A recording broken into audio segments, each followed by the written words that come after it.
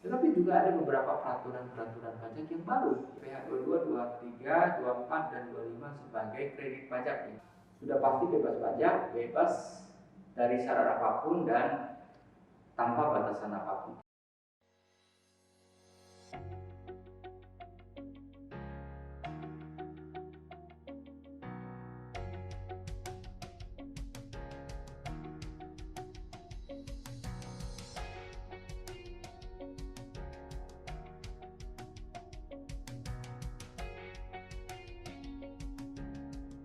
Kembali lagi di channel HSI Consulting yang membahas tentang tips-tips di bidang perpajakan.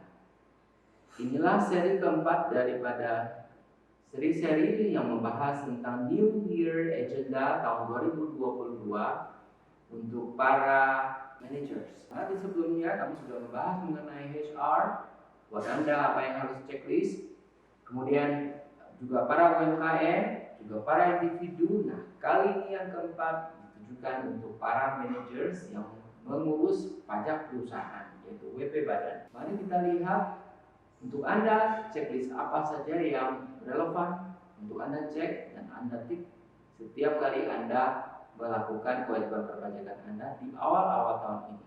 Mari kita lihat satu persatu. Ada 8 checklist untuk para tax manager untuk tahun 2022 ini, dan kami memang memilikannya berdasarkan relevansi dan secara general merupakan checklist yang paling basic. Dan mungkin ada sebagian Anda yang merasakan bahwa oke, beberapa checklist saya sudah tahu, tetapi tentu checklist ini merupakan satu alat untuk membantu Anda saja. Tetapi juga ada beberapa peraturan-peraturan pajak yang baru yang mungkin Anda belum ingat. Oh iya, ada ini yang saya harus ingat ya.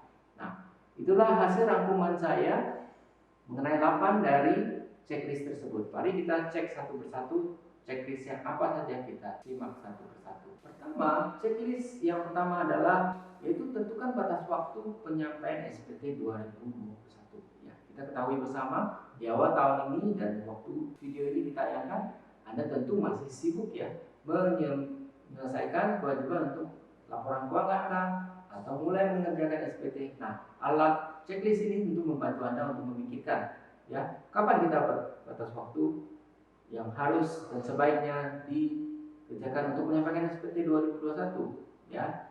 Karena kita ketahui bersama tentu pada waktu semula dari penyampaian SPT tahunan adalah 30 April 2022. Namun antara satu dan lain hal, banyak juga orang yang memikirkan untuk memperpanjang karena mungkin laporan memang belum selesai, proses audit masih belum selesai kalau Anda mau audit. Kemudian juga ada lain hal yang mungkin menyebabkan mungkin cash flow perusahaan dan sebagainya yang menyebabkan mungkin perusahaan masih belum sanggup untuk menyelesaikan seluruh kewajibannya baik secara administratif maupun secara finansial. Nah, dengan penyampaian itu tentu Anda sudah tahu bahwa secara sepihak Anda harus memberitahukan kepada Dirjen Pajak jika Anda melakukan perpanjangan, yaitu sampai dengan 30 Juni 2022. Pemasukan dari perpanjangan tersebut itu tentu hanya menerapkan 2 syarat. Yang pertama, Anda menyampaikan pemberitahuan secara tertulis ya melalui form 1770Y ya. Nah, di situ Anda harus melampirkan neraca dan laba rugi sementara. Artinya angka itu tidak akan menjadi dasar untuk diperiksa dan untuk menjadi final, tetapi angka sementara diperlukan ya. Terutama Anda harus memperhatikan bahwa angka sementara itu nanti akan berhitung kepada berapa perpajakan yang terutang. Jika memang ada terutang berdasarkan angka sementara itu, Anda harus melunasinya dulu. Tetapi jika Anda itu belum jumlahnya akan lebih banyak dan misalnya jadi PPh 25 nya lebih kecil, maka kewajiban PPh nya menjadi sesuai dengan angka yang sementara itu ya. Itu Anda semua menyadari. Nah, saya cuma membantu Anda mengingatkan bahwa di dalam checklist ini itu merupakan salah satu cara pemelakuan tax planning juga, misalnya dengan masalah cash flow. Anda masih belum bisa menyicil seperti tahun-tahun di bulan-bulan sebelumnya di tahun 2021. Ada tahu bahwa misalnya tahun 2021 itu ada penurunan omset, ada penurunan laba sehingga cicilan PPh 25 mau dikecilkan. Sebaiknya untuk cara seperti itu Anda mempertimbangkan untuk secepatnya melakukan SPT atau melakukan penyampaian perpanjangan tersebut supaya PPh 25 nya dapat turun ya. Demikian, itu salah satu yang kita perlu Anda ingatkan atau Anda ingatkan kembali. Checklist pertama. Selanjutnya checklist kedua adalah mengenai rekonsiliasi fiskal. Saya menekankan betapa pentingnya melakukan rekonsiliasi fiskal secara tahunan. Jika Anda melakukannya secara bulanan, mantap. Tapi jika Anda belum sempat, baru akhir tahun Anda kerjakan atau awal tahun ini mengerjakan yang tahun lalu, kerjakanlah sebelum SPT disampaikan. Kenapa? Seperti kita ketahui bersama, banyak sekali manfaat dari rekonsiliasi fiskal, yaitu pertama ada bertujuan untuk mencari dan menemukan sampai ada masalah-masalah perpajakan yang tersembunyi. Misalnya Anda lupa potong, ada lupa pungut, atau kemudian lupa catat di dalam pembukuan atas jumlah yang sudah dibayarkan.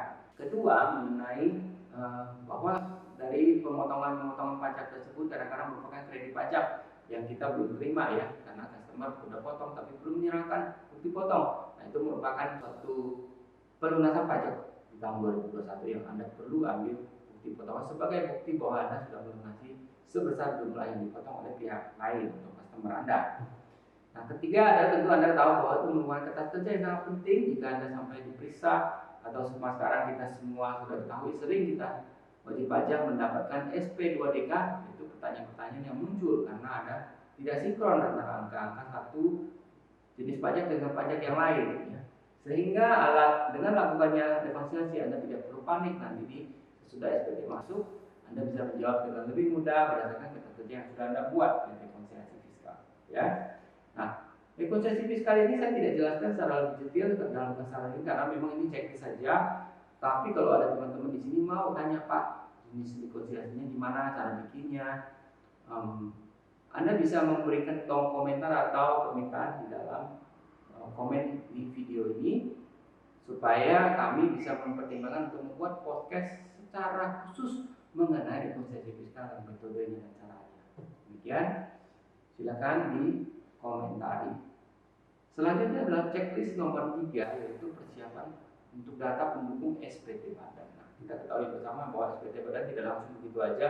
Anda juga laporan keuangan sudah selesai, tapi kadang-kadang kita perlu persiapan ya supaya di last minute kita tidak panik dan sembrono dalam mempersiapkannya.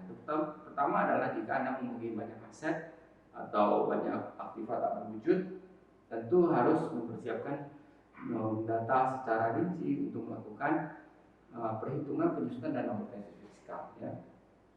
Dan kadang-kadang dengan data yang banyak Anda perlu waktu untuk menyiapkannya. Kedua, yaitu mengenai daftar nominatif ya. Daftar nominatif ada dua jenis. Yang paling sering terjadi adalah ketika kita melakukan perjamuan atau biaya entertainment kepada customer atau relasi bisnis atau vendor.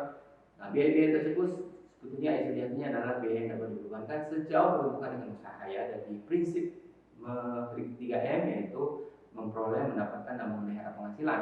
Daftar nominatif itu penting sekali karena Anda harus menyampaikannya sebagai bagian dari syarat administratif. Selanjutnya adalah daftar nominatif juga jika Anda mengeluarkan banyak sekali biaya promosi ya.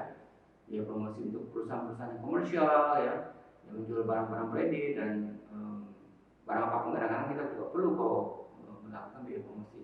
Nah, daftar nominatif akan menentukan jumlah dari biaya-biaya tersebut yang dapat dibiayakan.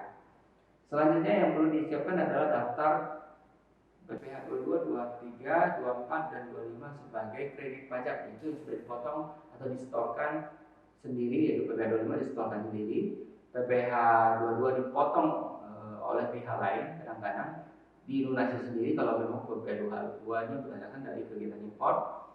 Kemudian PPh 23 jadi dipotong oleh customer. 24 adalah kredit pajak luar negeri, yaitu pajak yang dipotong oleh pihak luar negeri atas penghasilan yang kita peroleh dari luar negeri.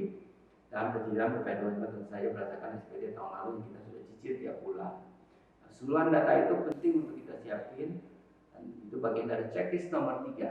Selanjutnya adalah checklist nomor 4. Jadi nomor 4 adalah saya mau menyatakan tentang kondisi tahun 2002 ini secara khusus, dan sebenarnya juga 2021 lalu, bahwa jika sudah ada pembagian dividen yang diselenggarakan oleh perusahaan Anda terhadap para pemegang sahamnya, maka dividen itu mungkin saja dapat bebas fiskal atau bebas pajak istilahnya ya. Nah, ketentuan apa yang harus kita perhatikan? Ada 3 ketentuan secara umum saja yang secara garis besar. Pertama, jika dividen itu dibagi kepada perusahaan induk di luar negeri, di dalam negeri, maka sudah pasti bebas pajak, bebas dari syarat apapun dan tanpa batasan apapun. Kita ketahui bersama di undang-undang sebelumnya Dividen itu untuk jika penyertanya di bawah 25% itu dapat dikenakan pajak.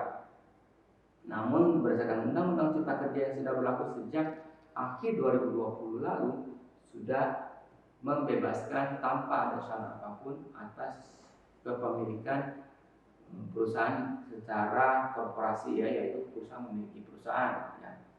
Jadi dividen yang di-flow antara perusahaan ke perusahaan di dalam negeri itu selamanya bebas pajak mulai tahun 2020 yang lalu.